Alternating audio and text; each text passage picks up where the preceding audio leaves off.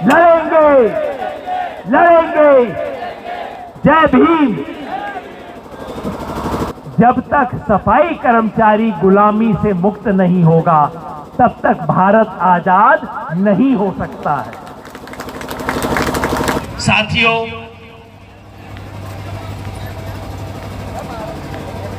आज मैं यहां पे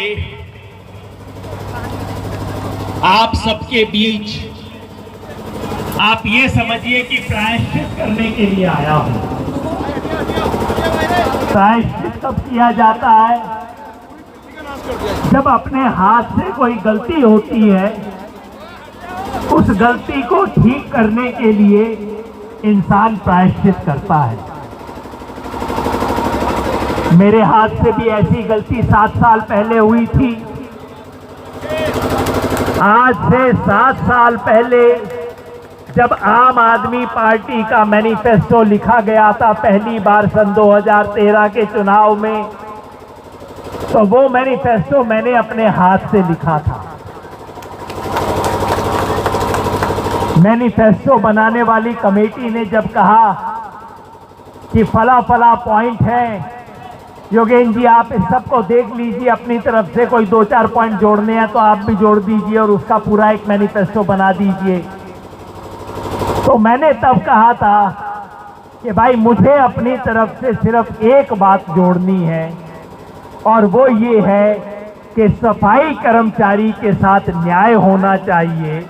सफाई कर्मचारी को आज जो ठेका की प्रथा में, जो शोषण की प्रथा में बांध के रखा है, देश आजाद हो गया है लेकिन सफाई कर्मचारी को आज भी गुलाम बना के रखा है। मैंने कहा था भाई हमारे मैनिफेस्टो में इस पॉइंट को जरूर डालना है, इस सफाई कर्मचारी की प्रथा को खत्म करना है और नियमित रूप से, जैसे आपके ऑफिस में कर्मचारी होते हैं, जैसे बाकी सब कर्मचारी होते हैं, उसी तरह से नियमित भर्ती की प्रक्रिया की जाए। मैंने ये बात कही थी। तो 2014 में, 2013 में भी, 2015 में भी आम आदमी पार्टी का जब घोषणा पत्र आया तो उसमें साफ तौर पर लिखा गया था कि ठेकेदारी प्रथा को खत्म किया जाएगा। झाड़ू का बहुत जिक्र हुआ। आज मेरे साथी झाड़ू को देख के बहुत गुस्सा होते हैं, कहते हैं कि देखो हमारे हाथ में झाड़ू पकड़ा दी। मैं एक बात साफ और करना चाहता हूं, जब ये झाड़ू का चुनाव चिन्ह लिया गया, वो फैसला करने वाले लोगों में मैं था। क्यों फैसला किया झाड़ू का? हमने कहा उस समय, मेरे जैसे लोगों के मन में थी कि आज तक इस देश ने सिर्फ एक समाज के हाथ में झाड़ू पकड़ाई है और कोई झाड़ू को हाथ नहीं लगाता इस देश में। इस देश की आत्मा में मैल है। और मैंने कहा था चलो इस बहाने सब जाति के लोग अपने हाथ में झाड़ू उठाना शुरू करेंगे। ये सोचा था कि हमारे समाज के मन में जो मैल है उस मैल की सफाई होगी, इसलिए झाड़ू का चिन्ह चुना था, ताकि हर कोई, डॉक्टर भी, इंजीनियर भी, टीचर भी, सरकारी कर्मचारी भी, फौज का आदमी भी, हर कोई झाड़ू का सम्मान करना सीखे, हर कोई अपने हाथ में झाड़ू उठाए। लेकिन आज 7 साल बीत गए हैं। 7 साल बीत गए हैं, क्या उनमें से कोई भी वादा पूरा हुआ? मैं आपसे पूछता हूं, आप सब भुक्तभोगी हो। आप मुझे बताना जी, भाषण सिर्फ सुनना नहीं, हाथ खड़ा करके जवाब भी दे देना। क्या दिल्ली में ठेके की प्रथा खत्म हुई है? नहीं हुई है। 7 साल हो गए। 2013 में वादा किया, 2015 में वादा किया, 2020 में भी वादा किया, प्रथा खत्म नहीं हुई। दिल्ली में नहीं हुई, पड़ोस के राज्यों ने कानून बना दिए। हिमाचल में कानून बन गया, हरियाणा में कानून बन गया। जिन्होंने वादा नहीं किया था उन्होंने कानून बना दिए, जिन्होंने वादा किया था उन्होंने कुछ नहीं किया। आज उसका प्रायश्चित करने के लिए मैं आपके बीच में आया हूं। मेरे लिए सफाई कर्मचारी का मुद्दा कोई नया नहीं है और राजनीति में आने के बाद इस पे बोलना शुरू नहीं किया है। पिछले 20 साल से सन 2002 से लेके जब भी जहां भी सफाई कर्मचारी का मुद्दा शुरू हुआ, उनकी एक ऑल इंडिया यात्रा हुई, जब जब ये मुद्दा उठा मैं जहां पे भी था, चाहे प्रोफेसरी कर रहा था, चाहे टीवी में था, जहां भी था, इस सवाल पे मैं हमेशा खड़ा हुआ हूं, क्योंकि मुझे लगता है जब तक सफाई कर्मचारी गुलामी से मुक्त नहीं होगा तब तक भारत आजाद नहीं हो सकता है। इसलिए वायदा किया था सफाई कर्मचारियों के लिए, बाकी सबके लिए ठेका प्रथा समाप्त करने का। ठेका प्रथा समाप्त नहीं हुई। 2020 में दिल्ली की आम आदमी पार्टी ने वायदा किया कि स्थायी और सामान्य नियुक्ति की जाएगी। क्या स्थायी रेगुलर नियुक्ति होनी शुरू हो गई क्या? या कि जो स्थायी नौकरी पे थे उनको निकालने का काम हो रहा है? अभी BSES के कर्मचारी यहां पे आए, मुझसे बात कर रहे थे। दूसरों को स्थायी नौकरी छोड़ देना तो छोड़ दो, जिनकी थी रेगुलर नौकरी उनकी रेगुलर नौकरी भी खत्म की जा रही है।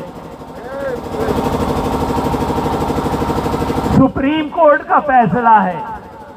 इसके लिए आम आदमी पार्टी के मैनिफेस्टो की कोई जरूरत नहीं थी।